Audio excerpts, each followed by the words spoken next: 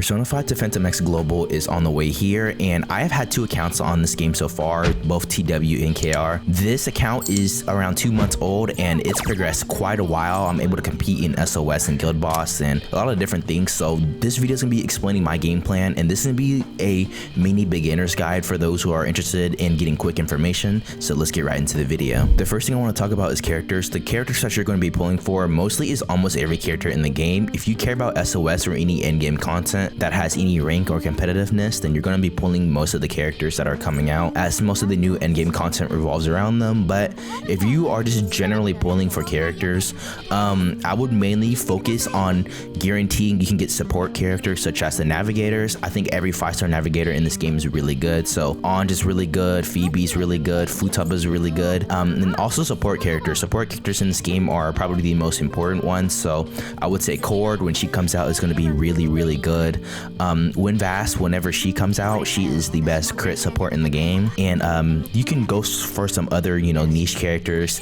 Turbo's a really good one, especially with their A1. So I think that support characters are supposed to be your main priority in this game. And as for like characters, I would say I would skip if you care about skipping characters that you don't like, or just characters that are not going to be very good long term. The characters I would say, in my opinion, is Queen. Queen is a little bit too squishy. She's like a glass cannon, so I wouldn't recommend pulling for her. Fox is quite outdated. When they did come out, they did dominate SOS, like I said. So if you care about ranking modes, then obviously pull for them. But long term, these 2 characters kind of fell off. Same with Mesa. Mesa, in my opinion, had a lot of dominance in SOS early on, but his kit is very clunky now, and it's very hard to utilize him nowadays. And also Yui. Yui is on an automatic skip, in my opinion. She isn't the best. I think with the buff, she has a 45% chance to follow up. It's just not that great. And honestly, that's all I can say about skipping characters. The rest you can pull for. Each character is good in their own ways. Now, the last thing that I'm going to say for 4 stars is building 4 stars is really important. The main ones I would go for on launch, honestly, is Vino. Vino is a really good debuffer. She applies a lot of ailments, a lot of defense shred. Leon is another really good one. He gives you a little bit of shield and buffs a lot of crit. Florette is going to be the main 4-star DPS character that most people will be using early on. So I would expect you guys to see these 3 4 stars throughout the cycle of the game, and these 3 4 stars are really cracked. And as for navigators, the 4-star navigator that's going to be best on that's not a 5-star is the Navi Wind.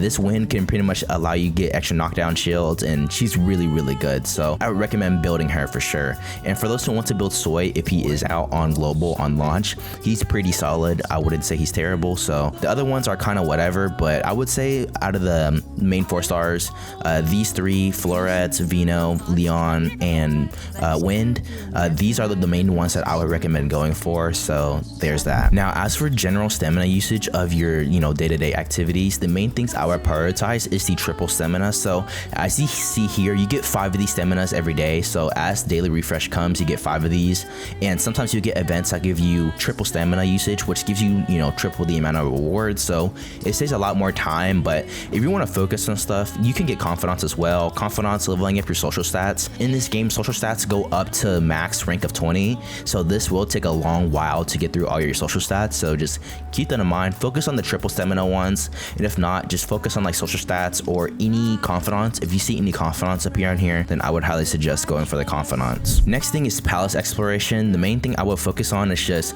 whenever these palaces come out, please make sure you're 100%ing them. Now, if you guys are wondering how to 100% a palace, if you go here on this little tab right here, it'll show these. And so this includes chests, safe rooms, locked chests, any of these special ones, boss mobs, and any collectibles. Make sure you're collecting everything on the map. So this includes everything that I just mentioned beforehand. So make sure you guys are fully exploring palaces. The reason why I say this is because you get rewards for doing so. All these rewards that you see here, you see all these gems. You also can obtain weapons as well through here, and these weapons are pretty good early game. So I would recommend 100%ing your palace exploration. So make sure you guys are doing that for every single palace that comes out. It is going to be long, it is going to be tedious, but I would say it is very much worth it. You get a lot of gems, you get a lot of rewards as well. So make sure you're doing that. Now, as for personas, the personas that I would recommend farming for, and the ones I'm going to go for personally, is the Dionysus, Cert, and Zygogan. Zygogan is a really good fire debuffer, or just fire support in general. So he's going to be really good with on. Cert has Maracunda, so that's why he's broken.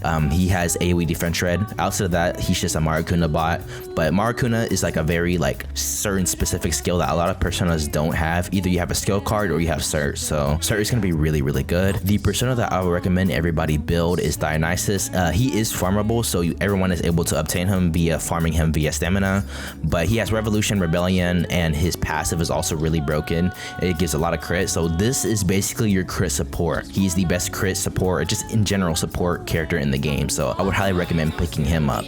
And also Yanosig, make sure you guys are building Yanosig because he's really good. His debuff applies aim, or I think it's called something else on global, but pretty much it gives you defense shred and extra damage when you attack the enemy. So single target wise, Yanosig is absolutely cracked. And when you pair him with Rakunda, I don't know if Rakunda will be on launch, but if you do have Rakunda on him, really good. I'll call this the Yanosig Wombo combo because when you have a maxed out plus Rakunda, one like simple Rakunda on him and you can get like 60% defense shred. So if you guys are planning on using him, call this the Yanosig Wombo combo. This is something that's really nice. It's really broken. I recommend using it for any single target boss or just any content in the game. Now, as for other personas, I don't know if these are going to be here on launch, but Vishnu is also really good. Shiva, Yoshitsune. Yoshitsune is really good. I would recommend using him. Throne is good for burn teams, so for those who are going to be running on, if Throne is even in the game, then I would pick him up. But outside of that, those are like the main personas I would go for that are pretty good. These will get you throughout the game pretty fine. One last thing about the personas in the compendium, make sure you guys are filling out your compendium because you get a lot of these points, and if you guys want to know what these points do, these points are able to get you these extra buffs that Wander has. So if you go to this tab right here, he has a lot of different like stat increases. So as you fill out your compendium, you're able to like get a bunch of extra stats and a bunch of extra benefits. I don't know if this will matter to you guys, but once you guys get past like the level cap, you guys will get like these like prestige levels. They're called SL levels in this game. And so like if you know how prestiging works in like Call of Duty or something, this game has something similar to where you can kind of just get extra stats every time you rank up past the base level. So if you see right here, I'm SL level or SLV level 28, so I have the extra stats, so just keep that in mind. Now the last basis that I'm going to cover is mainly just the endgame modes. Make sure you're doing all the endgame modes. Velvet Trials will give you a ton of gems, and when I mean a ton of gems, I mean a ton of gems. Each stage gives you something different. I would highly recommend doing Velvet Trials. These are elemental based, so make sure you're building most characters in the game to cover the elements. As long as you're able to hit weaknesses and you bring a strong support and you build your DPS, you're able to clear these out, and as you clear these out, you will be able to just get a lot more gems. So I would recommend doing this as soon as possible. Another thing that I would also do is like Heart Rail. I think Heart Rail should be out on release. This is basically simulated universe in Honkai Star Rail. If you guys have played that game, that's what this game is. It's really boring, I know. You can get a ton of rewards from this mode, so these rewards can be used toward building characters. So pretty much just building your characters as fast as possible is going to be your main thing. Anyways, that's about everything that I have to say for you guys. I'm not going to go too in depth about everything. I'll probably make a separate video regarding stuff like that, but if you guys are interested in seeing me like doing this live action and you guys have any questions about global, then feel free to drop a sub on the channel. I'll be streaming day one global of me speedrunning pretty much all the content and getting all my characters and stuff, so I will be answering a lot of questions on there, so feel free to drop by. If you guys have any questions and want to message me personally, then feel free to join the Discord server, discord.gg/expresstrain. Anyways, thank you guys so much for watching, and I'll see you guys in the next video.